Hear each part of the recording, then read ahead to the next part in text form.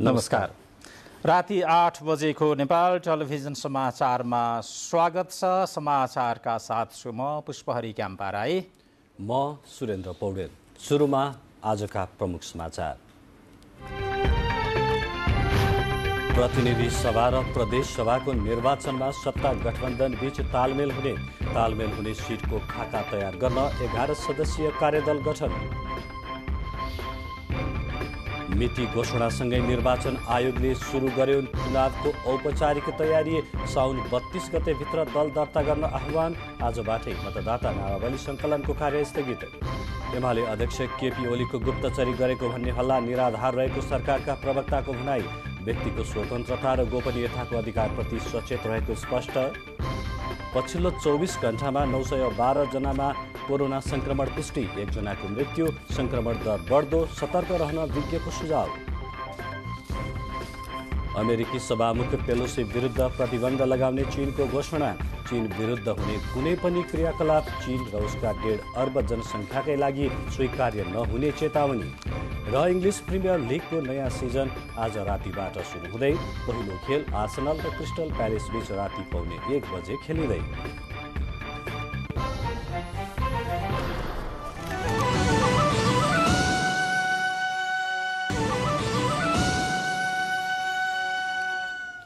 समाचार अब विस्तारमा। मङ्सिर 4 गतेका लागि आम निर्वाचनको मिति घोषणा भएसँगै निर्वाचन लक्षित तयारी सुरु भएको छ।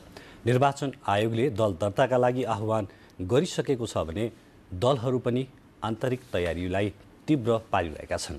यसैबीचमा 5 दलीय सत्ता गठबन्धनले आगामी प्रतिनिधि सभा र प्रदेश सभा निर्वाचनमा चुनावी तालमेल गर्ने निर्णय गरेको छ। आज बिहान बालुवाटारमा बसेको सत्ता गठबन्धनको बैठकले निर्वाचनमा तालमेल गर्ने निर्णय गरेको हो। सरकारले बिहिबार प्रतिनिधि सभा र प्रदेश सभाको निर्वाचन आगामी मङ्सिर 4 गते गर्ने निर्णय गरेपछि गठबन्धनको पहिलो बैठक आज बसेको हो। बैठकले आगामी निर्वाचनमा 5 दलीय गठबन्धनबीच चुनावी तालमेल गरी अगाडि बढ्ने निर्णय गरेको बैठकमा सहभागी नेताहरूले जानकारी दिनुभएको छ। निर्वाचनमा गठबन्धनमा सहभागी दलहरूले कुन कुन जिल्लाका कुन कुन क्षेत्रमा उम्मेदवारी दिने त्यसको आधारहरू तय गर्न शीर्ष नेताहरूको बैठकले एक कार्यदल पनि गठन गरेको छ। 11 सदस्यीय रहेको कार्यदललाई साउन मसान्तभित्र सिट बाँडफाँटको खाका तयार गर्ने जिम्मेवारी दिएको छ। बैठकमा काङ्ग्रेस सभापति शेरबहादुर देउवा, नेकपा माओवादी केन्द्रका अध्यक्ष पुष्पकमल दाहाल प्रचण्ड, नेकपा एकीकृत समाजवादीका अध्यक्ष माधव कुमार नेपाल, जनता समाजवादी पार्टीका अध्यक्ष उपेन्द्र यादव र राष्ट्रिय जनमोर्चाकी उपाध्यक्ष दुर्गा पौडेलले सहभागिता जनाउनु भएको थियो। सङ्घ र प्रदेशको निर्वाचनमा सत्तारूढ गठबन्धन दलबीच तालमेल हुने निश्चित भएको छ। तालमेल गर्ने विषयमा गठबन्धन दलका शीर्ष नेताहरूबीच हस्ताक्षर नै भइसकेको छ।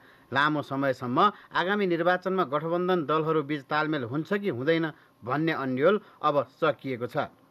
गत वैशाख 30 गतेको स्थानीय तह निर्वाचनमा सोचे जस्तै नतिजा प्राप्त गरेपछि सत्तारूढ दलहरू फेरि गठबन्धन गरेर निर्वाचनमा जान उत्साहित देखिएका छन्। हुन त स्थानीय तहको निर्वाचनमा साझेदार केही दलहरूले सोचे जस्तो नतिजा नआएको गुनासो नगरेका होइनन्। तथापि संविधानको कार्यान्वयन र स्वयं दलहरूले चुनाव जित्ने महत्त्वाकांक्षा गठबन्धनको मुख्य उद्देश्य भएको चर्चा राजनीतिक वृत्तमा हुन थालेको छ। गठबन्धन गरेरै निर्वाचनमा जाने 5 दलका शीर्ष नेताहरूबीच लिखित सहमति भए पनि तत्काल सिट बाँडफाँड टुङ्गो लगाउन दलहरूलाई त्यति सजिलो भने छैन। सत्ता साझेदार दलमध्ये प्रमुख दल नेपाली काङ्ग्रेस स्थानीय तहको निर्वाचनको मतको परिणामलाई आगामी निर्वाचनमा सिट बाँडफाँडको आधार बनाउनु पर्ने तर्क गरिरहेको छ भने नेकपा माओवादी केन्द्र र एकीकृत समाजवादीले काङ्ग्रेसको प्रारम्भिक प्रस्तावमा चित्त बुझाइरहेका छैनन्। भर्खरै सम्पन्न निर्वाचनको जनमतलाई हेर्ने हो भने कुल 753 स्थानीय तहमध्ये नेपाली काङ्ग्रेसले 329 स्थानीय तहको प्रमुखमा विजय हासिल गरेको थियो भने नेकपा माओवादी केन्द्रले 121 स्थानीय तहको प्रमुखमा। त्यसो त गठबन्धन दलहरूमध्ये तेस्रो स्थानमा रहेको एकीकृत समाजवादीले जम्मा 33 स्थानीय तहको प्रमुखमा विजय हासिल गरेको थियो। बालुवाटारमा बसेको बैठकमा सत्तारूढ गठबन्धन दलका शीर्ष नेताहरूले चुनावी सिट बाँडफाँडमा वैज्ञानिक आधार तय गर्न छुट्टै कार्यदल बनाएका छन्। 11 सदस्यीय कार्यदलमा नेपाली काङ्ग्रेसका 3 जना र अन्य दलबाट 2-2 जना सदस्य रहेका छन्। नेपाली काङ्ग्रेसबाट महामन्त्री गगन कुमार थापा, कृष्ण प्रसाद सिटौला र ज्ञानेन्द्र बहादुर कार्की कार्यदलमा रहनुभएको छ। त्यसै गरी नेकपा माओवादी केन्द्रबाट वर्षमान पुन र जनार्दन शर्मा तथा नेकपा एकीकृत समाजवादीबाट महासचिव बेदुराम भुषाल र प्रमेश हमाल कार्यदलमा हुनुहुन्छ। त्यसै गरी जनता समाजवादी पार्टीबाट रामसहाय प्रसाद यादव र रकम चेम्जोङ तथा राष्ट्रिय जनमोर्चाबाट हिमाल पुरी र आनन्द शर्मा कार्यदलमा रहनुभएको छ। कार्यदलले यही साउन मसान्तभित्र सिट बाँडफाँडको खाका बुझाउने जिम्मेवारी पाएको छ। तालमेल गर्ने सम्बन्धी सहमति पत्रमा प्रधानमन्त्री तथा नेपाली काङ्ग्रेसका सभापति शेरबहादुर देउबा, नेकपा माओवादी केन्द्रका अध्यक्ष पुष्पकमल दाहाल प्रचण्ड, नेकपा एकीकृत समाजवादीका अध्यक्ष माधव कुमार नेपाल, जनता समाजवादी पार्टीका अध्यक्ष उपेन्द्र यादव र राष्ट्रिय जनमोर्चाकी उपाध्यक्ष दुर्गा पौडेलले हस्ताक्षर गर्नुभएको छ। मङ्सिर 4 गते हुने प्रतिनिधि सभा र प्रदेश सभाको निर्वाचनमा 5 दलीय गठबन्धनको बीच चुनावी तालमेल गरी अगाडि बढ्ने निर्णय गर्यो। अब तालमेलको निमित्त अब फेरि बैठकहरू बस्छ, छलफल गर्छ। यसलाई व्यवस्थित गर्ने, न्यायपूर्ण गर्ने विषयमा आज बृहत रूपमा सहमति भएको छ।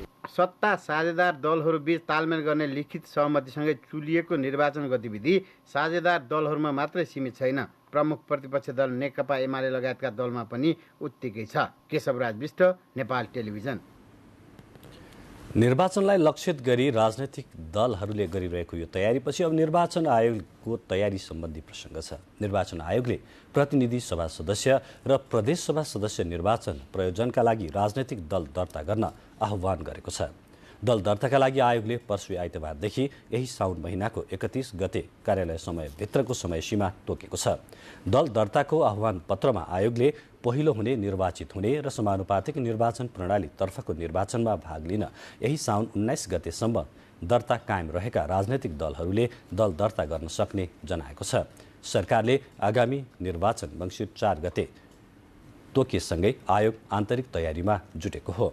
सोही प्रक्रिया अनुसार दल दर्ताको आह्वान भएको हो। संविधानको धारा 271 बमोजिम दल दर्ताको आह्वान गरिएको जनाउँदै आयोगले दल दर्ताको निवेदन दिँदा राजनैतिक दलको विवरण, केन्द्रीय कार्य समिति, प्रदेश र जिल्ला समितिका पदाधिकारी तथा सदस्यको संख्या, वार्षिक लेखा परीक्षण प्रतिवेदन पेश गरेको मिति र दलको केन्द्रीय स्तर र प्रदेश स्तरको कार्यकारिणी समितिको पछिल्लो निर्वाचन भएको मिति समेत उल्लेख गर्नुपर्ने जनाएको छ। यसै गरी प्रतिनिधि सभा सदस्यको अलग्गै र प्रदेश सभा सदस्यको हकमा प्रदेशगत रूपमा 7वटै प्रदेशको अलग अलग निवेदन पेश गर्नुपर्ने आयोगद्वारा जारी विज्ञप्तिमा उल्लेख गरिएको छ। सरकारले आगामी मङ्सिर 4 गतेका लागि आम निर्वाचनको मिति घोषणा गरेसँगै निर्वाचन आयोगले औपचारिक रूपमा तयारी सुरु गरेको छ। यसैबीच यसअघि सुरु गरेको मतदाता नामावली सङ्कलन कार्य आजदेखि स्थगन गरेको आयोगले जनाएको छ। संविधानले 3 तहका सरकारहरूको परिकल्पना गरेको छ। मतदाताहरूले उच्चतम लोकतान्त्रिक अभ्यास गरेको स्थानीय तहको निर्वाचन वैशाखमै सम्पन्न भइसकेको छ। अब आगामी मङ्सिर 4 गते आवधिक आम निर्वाचन हुँदैछ। नयाँ संविधान कार्यान्वयनमा आएपछि प्रतिनिधि सभा र प्रदेश सभाको दोस्रो कार्यकालका लागि आउँदो मङ्सिर 4 मा एकै चरणमा निर्वाचन हुने भएको हो। लोकतन्त्रका लागि आवधिक निर्वाचन अपरिहार्य र महत्त्वपूर्ण विषय हो। त्यसैले सरकारले निर्वाचनको मिति घोषणा गरेसँगै निर्वाचन आयोग तयारीमा जुटेको छ। आयोगले तोकिएको दिन स्वतन्त्र र निष्पक्ष रूपमा निर्वाचन गराउन पूर्ण सक्षम रहेको स्पष्ट पारेको छ। प्रमुख निर्वाचन आयुक्त दिनेश कुमार थपलियाले अब 106 कार्यदिन बाँकी रहे पनि यही अवधिलाई उपयोग गर्दै स्वच्छ, स्वतन्त्र, निष्पक्ष र भयरहित रूपमा निर्वाचन सम्पन्न गर्ने प्रतिबद्धता व्यक्त गर्नुभयो। आगामी मङ्सिर 4 गतेको दिनलाई अर्जुन दृष्टि लगाएर काम गर्ने र आगामी निर्वाचनलाई स्वच्छ, स्वतन्त्र, निष्पक्ष र एकदम भयरहित वातावरणमा साँच्चै नै शान्तिपूर्ण ढङ्गले सम्पादन गर्ने गरी आवश्यक तयारी गरिसकेको र त्यो अनौपचारिक तयारीलाई औपचारिक रूप दिएर अगाडि बढ्न जाने कुरा म यहाँलाई चाहिँ जानकारी गराउन चाहन्छु। केही समय अघि मात्र सम्पन्न स्थानीय तह निर्वाचनले केही महत्त्वपूर्ण सन्देशको स्पष्ट मार्गचित्र कोरेको छ। त्यही सन्देशलाई आत्मसात गर्दै अब सरकार, राजनीतिक दल र निर्वाचन आयोग अघि बढ्ने विश्वास गरिएको छ। स्थानीय तह निर्वाचनले दलहरूलाई मात्र होइन, निर्वाचन व्यवस्थापनका सम्बन्धमा पनि केही पाठ सिकाएको छ। यही पृष्ठभूमिमा हुन लागेको आम निर्वाचनमा प्रमुख आयुक्त थपलियाकै शब्दमा सबै दल र उम्मेद्वारलाई बराबर खेल मैदान उपलब्ध गराउन आयोगले कुनै कसर बाँकी राख्ने छैन। लोकतान्त्रिक शक्तिहरूका लागि निर्वाचन महत्त्वपूर्ण पर्व त हुँदै हो, सँगसँगै मतदाताका लागि आफ्ना जनप्रतिनिधि छान्ने एउटा सुनौलो अवसर पनि। त्यसमाथि ठूलो नयाँ पुस्ता पनि यसपटकको निर्वाचनमा सहभागी हुँदैछ। आगामी आम निर्वाचनबाट नयाँ जनप्रतिनिधि छान्न झण्डै 32 लाख नयाँ मतदाता थपिनेछन्। नयाँ पुस्ताको नयाँ अनुभवका बीच यो निर्वाचनबाट 275 प्रतिनिधि सभा सदस्य निर्वाचित हुनेछन्। 165 प्रत्यक्ष र 110 जना समानुपातिक निर्वाचन प्रणालीबाट चुनिएर आउनेछन्। प्रदेश सभातर्फ प्रत्यक्ष र समानुपातिक गरी 530 सदस्य निर्वाचित हुनेछन्। 2074 सालमा 1,54,00,000 बढी मतदाता थिए। यसपटक मतदाता संख्या 1,86,00,000 पुग्न सक्ने अनुमान आयोगको छ। दशैं लगत्तै उम्मेदवारी मनोनयन हुने गरी निर्वाचन कार्यक्रम र कार्यतालिका ल्याउने योजना आयोगको छ। आउँदो निर्वाचनमा कर्मचारी, सुरक्षाकर्मी, वृद्धाश्रममा रहेका वृद्ध-वृद्धा र कैदी बन्दीलाई मतदान गर्न दिने व्यवस्था आयोगले गरेको छ। आयोगले यसअघि सुरु गरेको मतदाता नामावली संकलन कार्य शुक्रबारदेखि स्थगन गर्ने र यसअघि अनलाइनबाट नामावली संकलनका लागि समय लिएकाहरूलाई शनिबारसम्म समय दिने तय गरेको छ। अब निर्वाचनका लागि दल दर्ता प्रक्रिया सुरु गर्ने तयारीमा आयोग छ। यसैगरी आयोगले अन्तर्राष्ट्रिय तहबाट पर्यवेक्षण गराउन चाँडै आह्वान पनि गर्दैछ। अबको निर्वाचनमा 10 अर्ब रुपियाँ खर्च हुने अनुमान आयोगले गरेको छ। छहरा दवाडी, नेपाल टेलिभिजन समाचार, काठमाडौँ। निर्वाचनको मिति घोषणा भएसँगै निर्वाचन आयोगले निर्वाचन सम्बन्धी आवश्यक प्रक्रिया सम्बन्धी कामहरूलाई तीव्रता दिन थालेको छ। यसैबीच निर्वाचन सम्बन्धी कस्तो खाले समाचारहरूले सञ्चार माध्यममा प्राथमिकता पाइरहेका छन् त? अबको समाचारमा यो हेर्नेछौँ। निर्वाचनका क्रममा नेपालका सञ्चार माध्यमहरूले आम मतदाताको पक्षबाट भन्दा पनि राजनीतिक दलका गतिविधिहरूलाई मात्रै मुख्य समाचार बनाएको पाइएको एक अध्ययनले देखाएको छ। मिडिया अनुसन्धान केन्द्र नेपालले गरेको अध्ययनका अनुसार गत वैशाखमा सम्पन्न स्थानीय तहको निर्वाचनका बेलामा प्रायजसो सबै मूलधारका सञ्चार माध्यमले राजनीतिक दल र दलका नेताका बारेमा दलीय पक्ष पोषण गर्ने प्रकृतिका मात्रै समाचार बढी सम्प्रेषण गरेको पाइएको जनाएको छ। निर्वाचनसँग सम्बन्धित जनचेतना, मतदाता शिक्षा लगायतका पक्षमा कमै मात्र समाचार आएको अध्ययनको निष्कर्ष छ।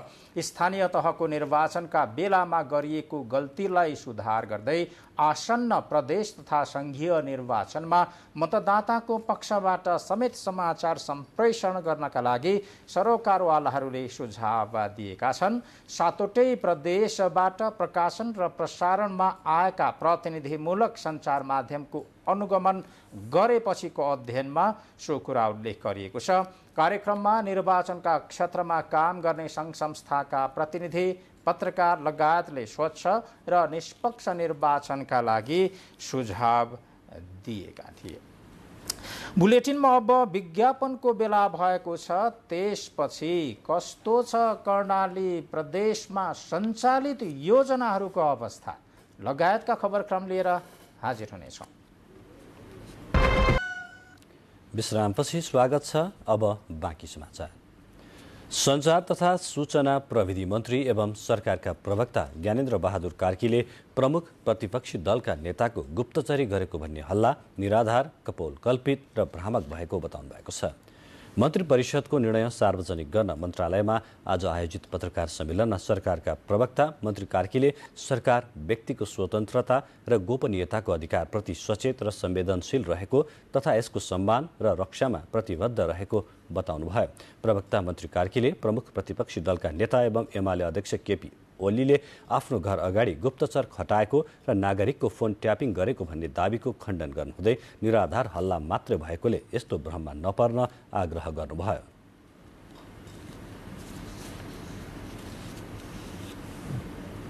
केही सञ्चार माध्यममा पूर्व प्रधानमन्त्री केपी शर्मा ओलीको गुप्तचरी गर्नका लागि सरकारले गुप्तचर परिचालन गरेको र नागरिकको फोन ट्यापिङ गरी वैयक्तिक गोपनीयतामा हस्तक्षेप गरेको भन्ने समाचार निराधार भएको कुरा स्पष्ट पार्न चाहन्छु।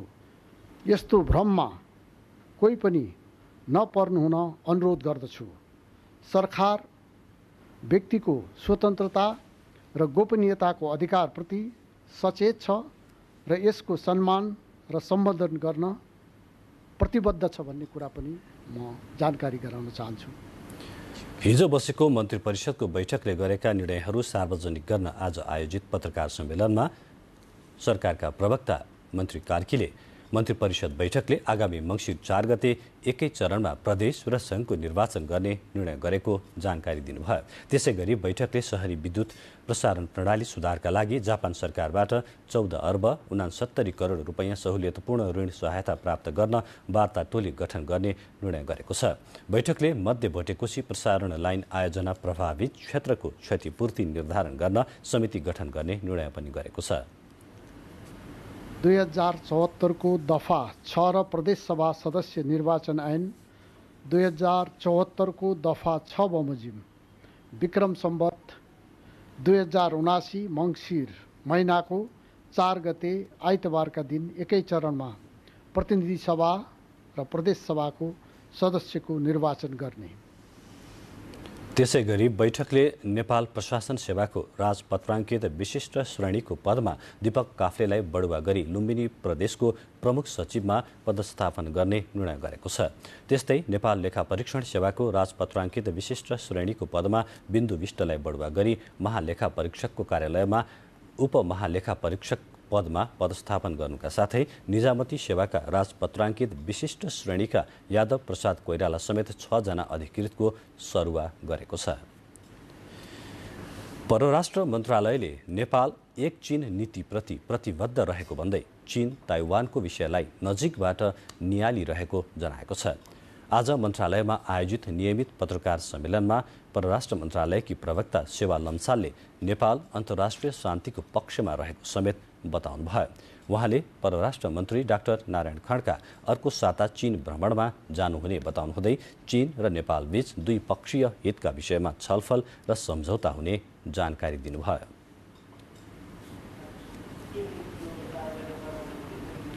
माननीय परराष्ट्र मन्त्री डाक्टर नारायण खड्का जो 3 दिने चीन भ्रमणका लागि आगामी अगस्त 9, 2022 का दिन त्यसतर्फ प्रस्थान गर्दै हुनुहुन्छ। उक्त भ्रमणका अवसरमा नेपाल र चीन दुवै पक्षबीच प्रतिनिधि मण्डल स्तरमा द्विपक्षीय सम्बन्धका विविध विषयमा छलफल हुनेछ। चिनिया समकक्षी वाङ यीको निमन्त्रणामा परराष्ट्र मन्त्री डाक्टर खड्का मंगलबार चीन जानुहुने कार्यक्रम तय भएको छ।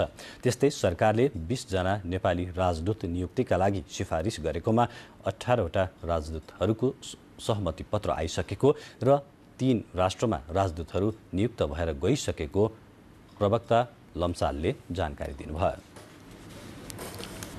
बागमती प्रदेश सरकारले प्रदेश सभाबाट पास हुन नसकेका अध्यादेशहरूलाई पुनः ल्याउने भएको छ। प्रदेश सरकारले प्रदेश सभाबाट पास हुन नसकेका अध्यादेशलाई पुनः ल्याउने तयारी गरेको हो।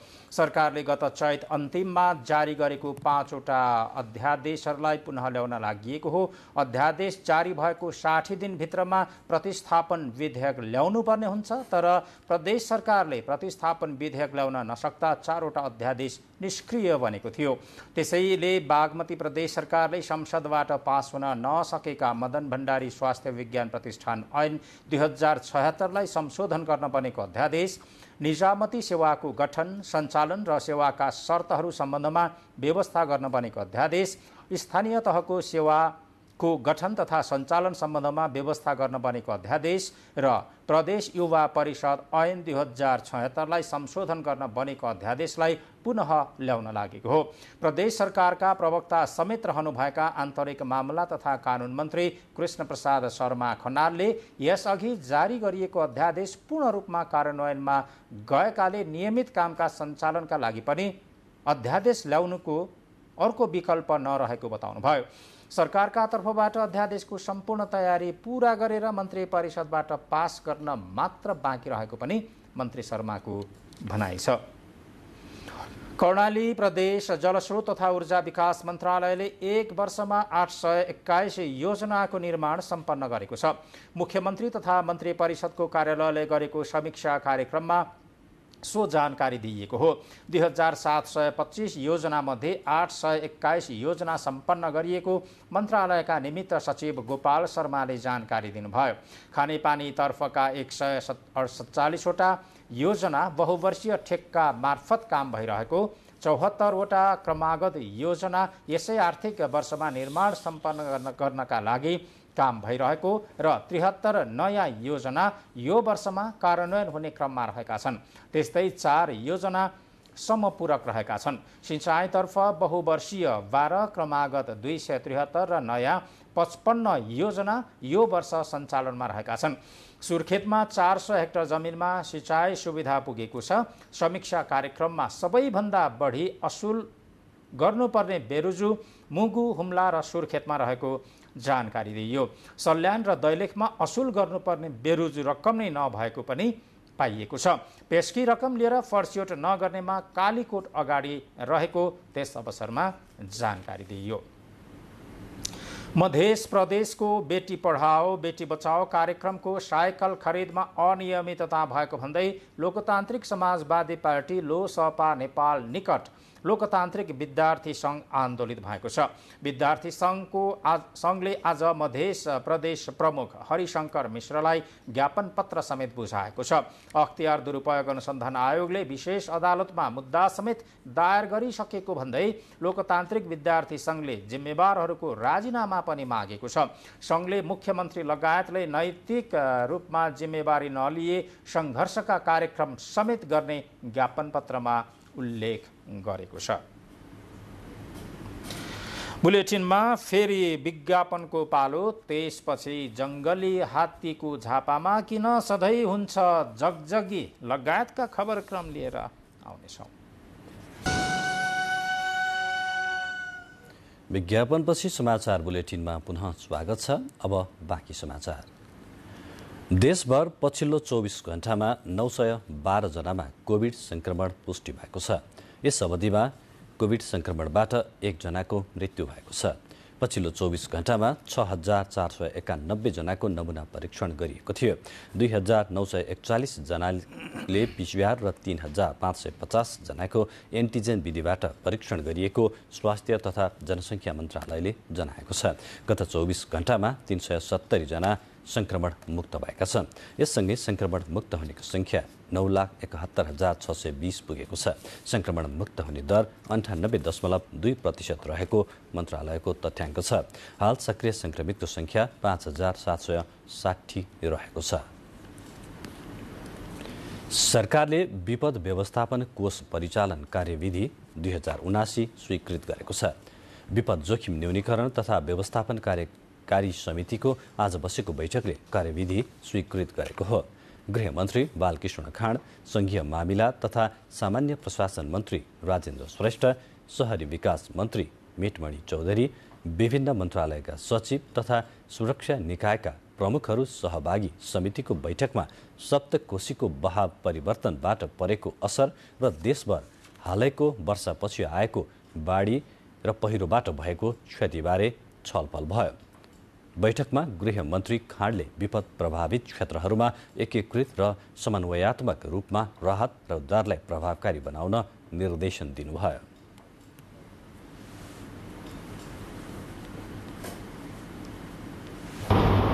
सामना गरेरै व्यवस्थापन गरेरै आम नागरिकको जीवधनको रक्षा पनि गर्नु परेको छ र यसपटक मौसम विभागले भारी वर्षाको पूर्व अनुमान सम्प्रेषित पनि गरेको थियो र मौसम सम्बन्धी पूर्व सूचना र जानकारी कारणले नदीमा हुने बाढी र बाढीबाट हुने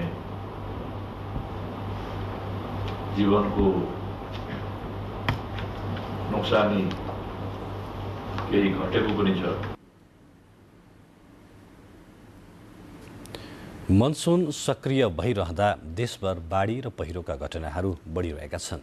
यसै क्रममा धनकुटामा पहिरोले महालक्ष्मी नगरपालिका 2 मा 2 जना घाइते भएका छन्।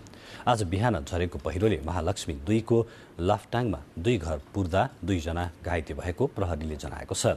पहिरोले स्थानीय तिलक बहादुर कटुवाल र कोषमाया बुढाथोकीको घर भत्किएको प्रहरीले जनाएको छ। पहिरोले कटुवालको घर पुर्दा 84 वर्षीय कटुवाल र उहाँकी छोरी मित्रमाया कटुवाल दुवैजनाको दुवै हात भाँचिएको जिल्ला प्रहरी प्रवक्ता चिरञ्जीवी दाहालले जानकारी दिनुभयो। उहाँहरू दुवैलाई उपचारका लागि तरानस्थित बीपी कोइराला स्वास्थ्य विज्ञान प्रतिष्ठान लगिएको दाहालले जानकारी दिनुभयो। त्यसै गरी धनकुटाकै सागुरीगढी गाउँपालिकाको तुङखामा पहिरोले जमिन फाड्दा त्यहाँका स्थानीय जोखिम मोलेर बस्न बाध्य छन्।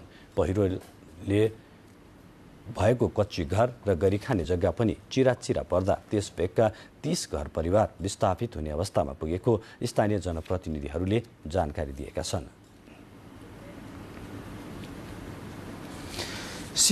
नेपालका अधिकांश सडकमा यात्रुहरूलाई सुविधा भन्दा पनि बढी शास्ति हुने गरेको छ।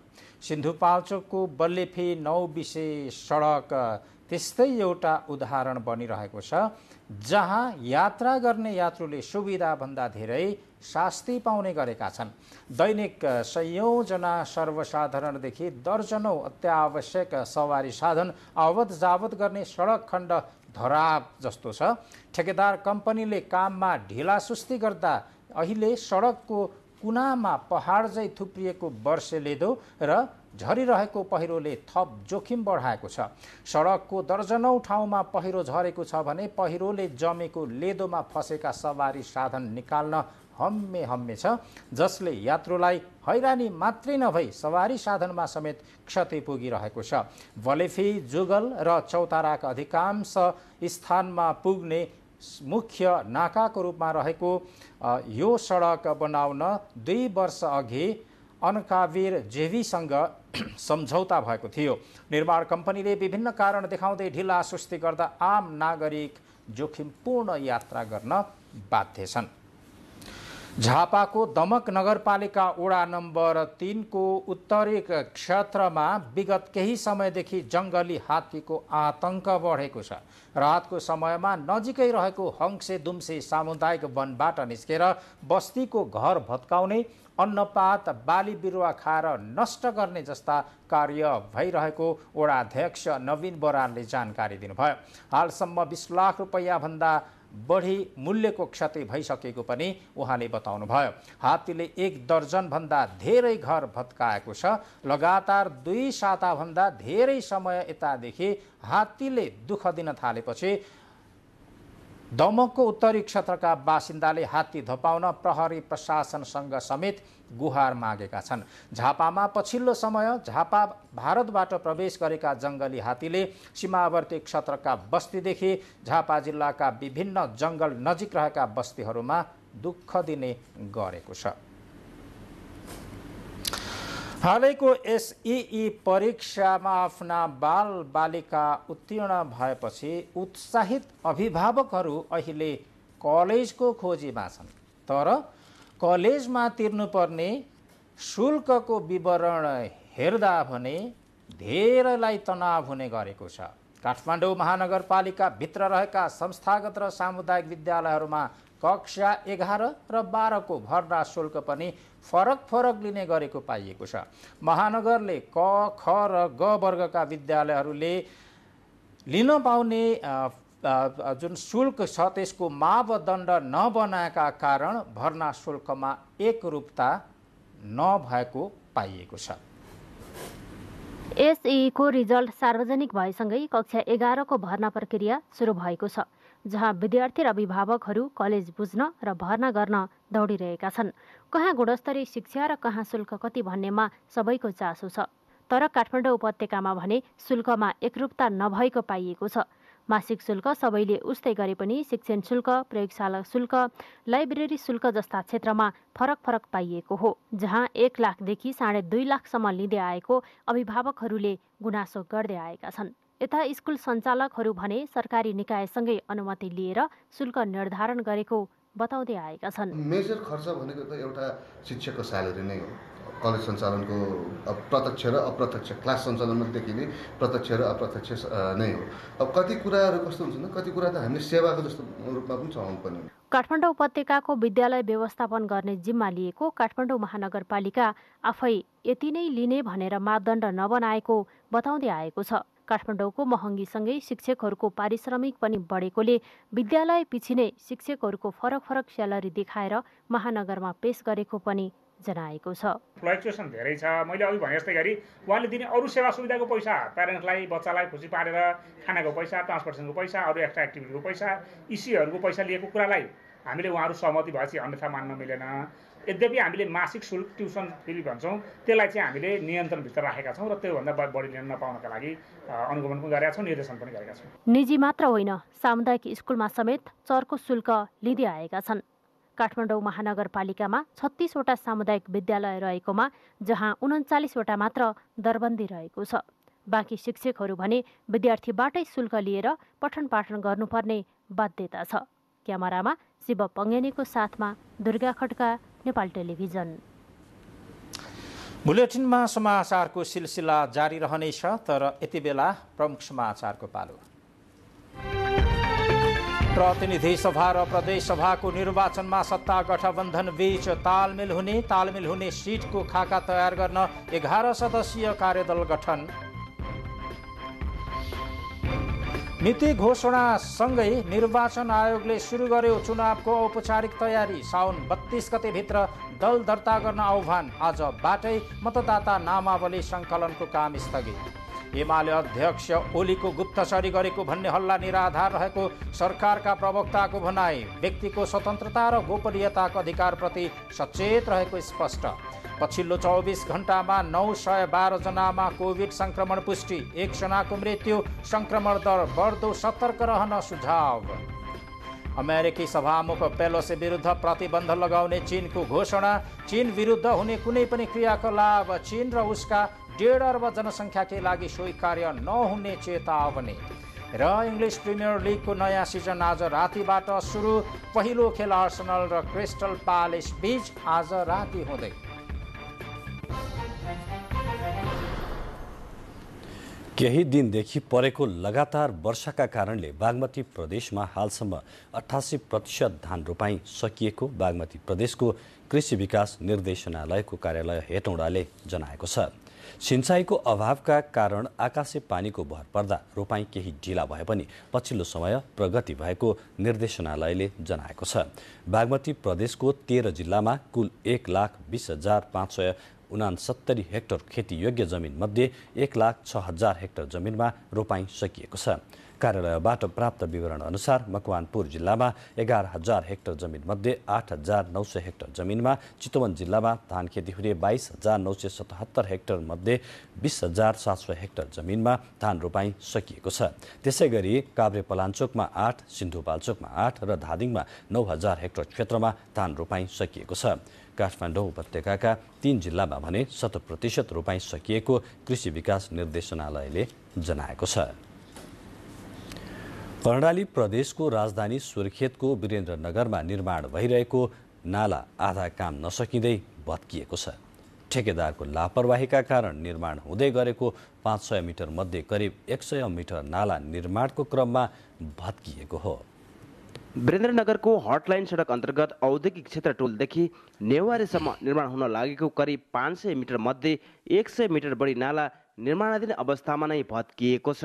गत आर्थिक वर्षको चैतबाट निर्माण सुरु भएको नाला असार मसान्तमै सम्पन्न हुनुपर्ने भए पनि ठेकेदार कम्पनीको ढिलाइले निर्माण समय थपिएको थियो। प्राविधिक रूपमा तोकिएको मापदण्डभन्दा कम काम गरिएपछि नाला भत्किएको स्थानीयको आरोप छ। त्यो समस्या त के हो भने लापरवाही, सबै लापरवाही। इन्जिनियरहरू अब करारमा नियुक्ति गरे, कुन मन्त्रीले हो, परमादेशबाट हो कि आदेशबाट हो मलाई थाहा भएन।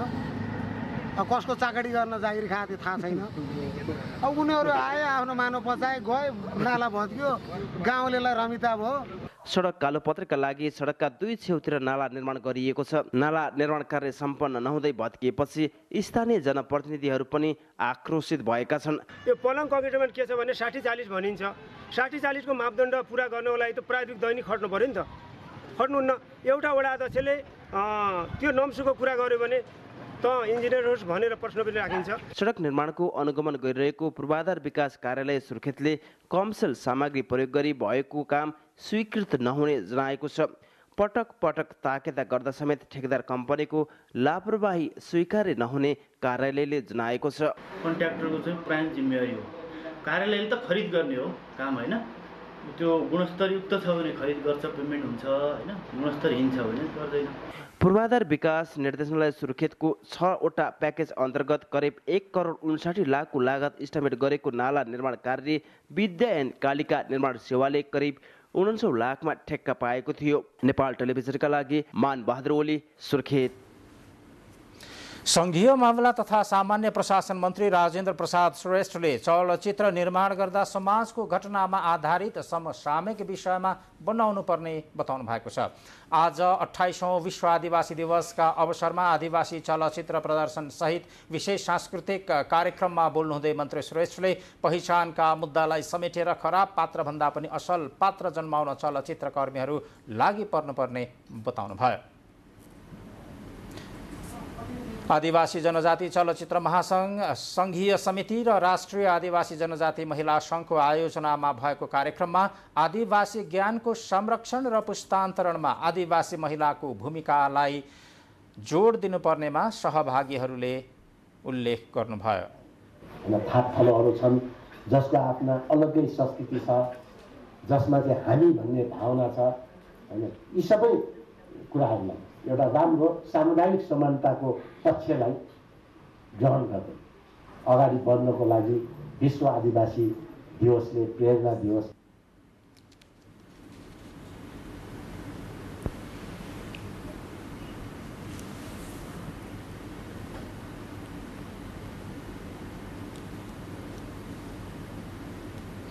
एउटा विदेशको खबर छ। चीनले अमेरिकी संसद की सभामुख न्यान्सी पेलोसी र उनको निकटतम परिवारका सदस्य विरुद्ध प्रतिबन्ध लगाएको छ।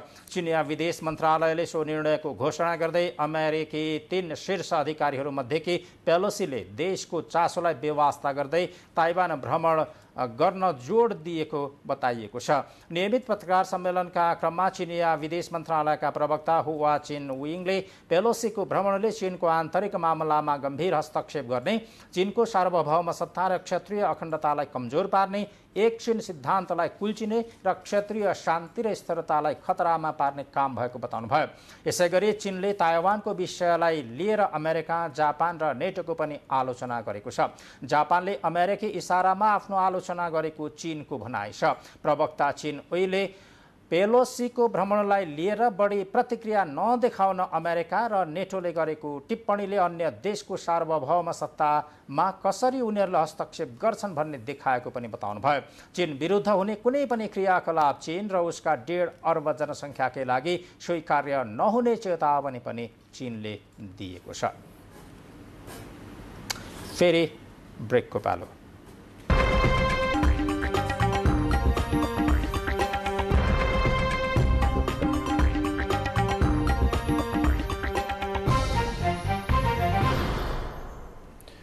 अबको प्रसङ्गमा आर्थिक समाचार।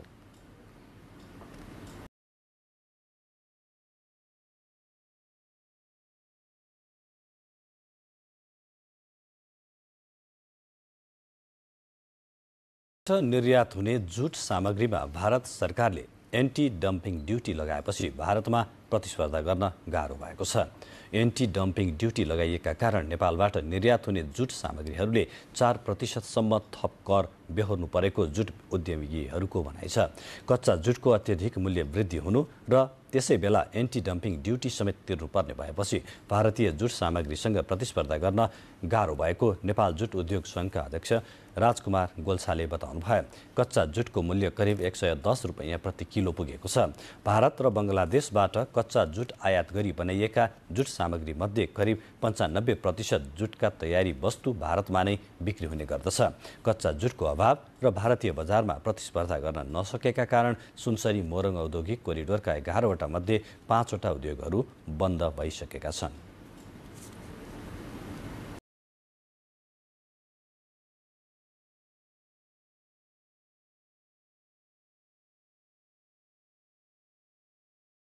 अब खेलकुद समाचारको पालो। खेलकुद समाचारमा फुटबल क्षेत्रमा सबैभन्दा प्रतिष्ठित लिग इङ्ग्लिस प्रिमियर लिगको नयाँ सिजन आज रातिबाट सुरु हुँदैछ। विश्वचर्चित 20वटा इङ्ग्लिस क्लबहरूको सहभागिता रहेको प्रिमियर लिगलाई फुटबल प्रेमीहरू निकै महत्त्वका साथ हेर्ने गर्दछन्।